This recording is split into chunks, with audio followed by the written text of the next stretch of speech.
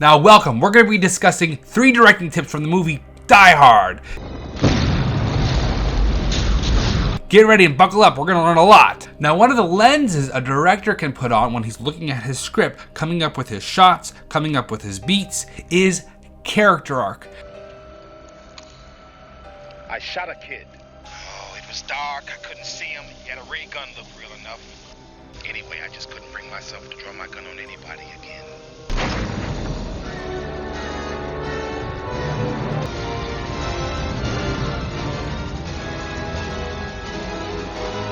Now we've discussed that in the movie Elf a little bit, but now we're going to be discussing it as a director and looking at how it can help you block your actors and figure out where your actors should be in a scene. Now what blocking is like I'm sitting here in a chair and someone would be standing over there. So where we're situated, where the characters are standing, sitting, moving around, how they're moving around, that's all called blocking. John McClane is separated from his wife, and she's come out to Los Angeles to pursue her career.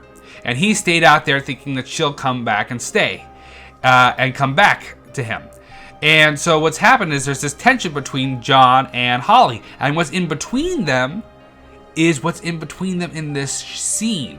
In this scene is John comes in and Ellis, one of Holly's co-workers, is snorting crack on her desk. Why is he in Holly's office doing this? Maybe there's a relationship between Holly and Ellis, and so there's this maybe this little bit of tension here, and I think it's what tips John off to thinking that Holly might have that Ellis might have a little thing for Holly, that he's into her. So what happens is Takagi, Holly's boss, or I think the president or CEO of the company, John into the office. And when he brings him into the office, he and Ellis are put in the middle of the room, and John is put at her desk.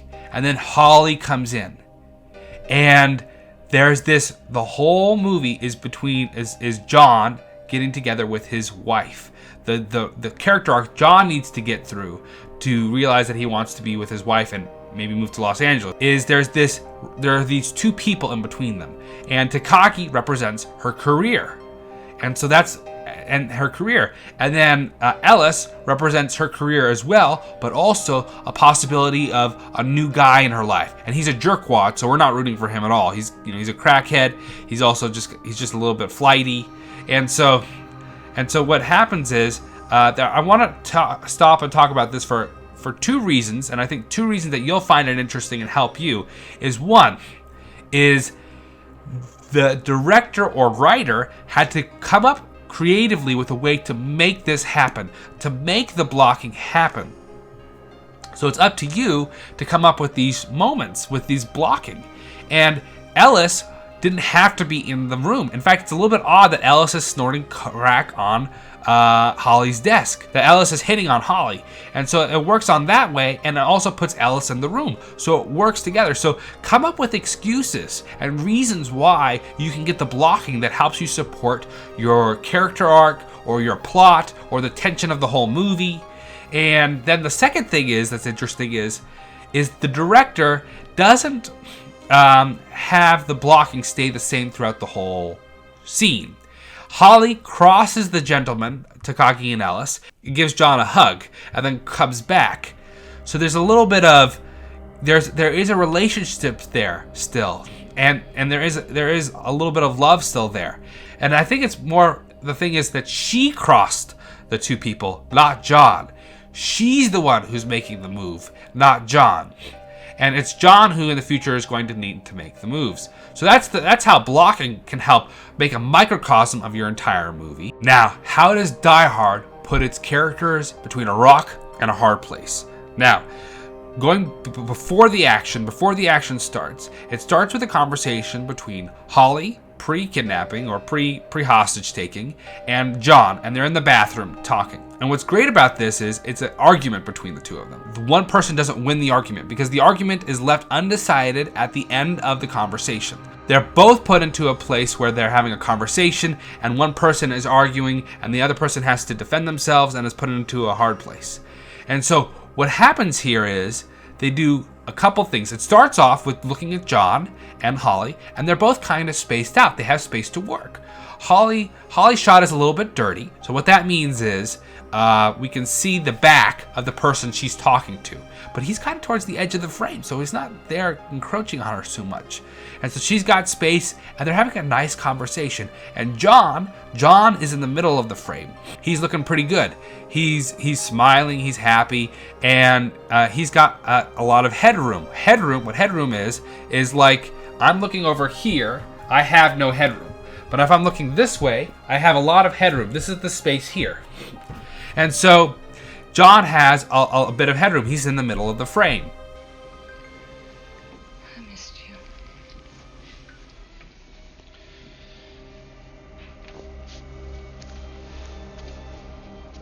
I guess you didn't miss my name, though, huh? Except maybe when you're signing checks. And then what happens is the conversation starts to change. And John is the one who instigates the argument about her not using her last name anymore. And so immediately the frame on her changes. And it's because John has moved.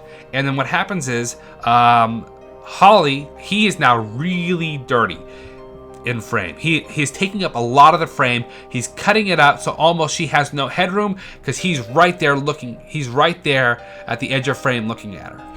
And then she kind of has some arguments going back to him. Since when did you start using Ms. Gennaro? It's a Japanese company. They figure a married woman's got... You are a married woman, Holly. You're married to me. We're gonna have this Remember, you didn't conversation waste again. much We time did this in getting out of July. line. We never finished this conversation. And then what happens is, in a different way, John has less headroom and is crowded. He is at the edge of frame, like I was before, like this. He's at the edge of frame, and he's talking to her. Usually, it's the other way around. Usually, they're talking this way, and there's a bunch of space, like Holly. And so this is a little bit more unusual than Holly's framing. That happens all the time. But this is a little bit unusual. And so John's crowded in with all this conversation and this arguments that she's throwing back at him. And so then the conversation goes out, and they're getting more heated and argumentative with each other. And then what happens is the conversation doesn't end. The argument doesn't end, because it's the argument that will be carrying us throughout the entire movie. And so they end the argument early with someone coming in and breaking up the argument or interrupting the argument. It's Holly's secretary. And it's interesting, when John is talking to the secretary, they've shifted the angle. They've shifted the camera. So John was looking to the edge of frame in one direction, and then now he's looking to the edge of frame in the opposite direction, but he still has no headroom. And so it's done very intentionally, these choices as a director, and you can get away by cutting away to something and then cutting back and having shifted the camera, and the audience will not notice. So you don't need to worry about that. And then what I want to notice here is what's important here is they don't have the conversation lead anywhere, because it is important that conversation will go to the end of the film. That the rest of the movie is about John being together with his wife and listen to her arguments and agree with her in a little bit of a way.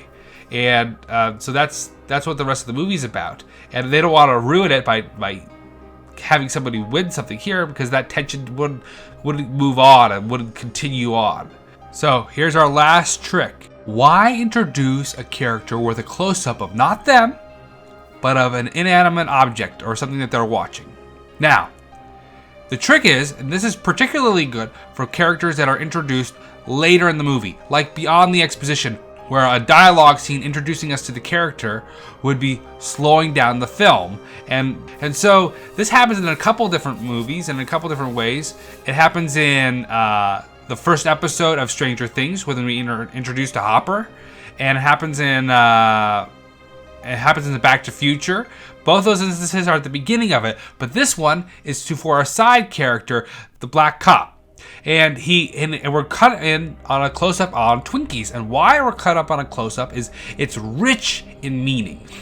It's got this whole stereotype about cops liking donuts and sweets, and they're fat. And so we pull back out of the guy and we get a look at the character that is picking up the donuts, and we're introduced to this character, and it happens really, really fast. So it happens very quickly, and so that's how you introduce a character and create an impression very fast. And it's great because it's a visual introduction to the characters and not an audio way. You're always looking for ways to create visual ways to introduce information to audiences instead of audio ways to do it, because the film is primarily a visual medium, although audio is really heavy and important. But and so that's how you introduce a character with a close-up on an inanimate object. Well, thanks for watching our tips on directing from the movie Die Hard. I hope you enjoyed it. We're going to have a lot of interesting content coming your way. We're going to have tutorials on directing. We're going to have interviews with the people that you're partnering with as a director. We're going to be breaking down films so you can see how we can learn from films themselves, which is a cheaper way than doing it yourself, but both are necessary. And so I just want to say like and subscribe, hit the notifications button so you remember to come back to us as you work on your skills as a director. Thanks everyone. Have a good one.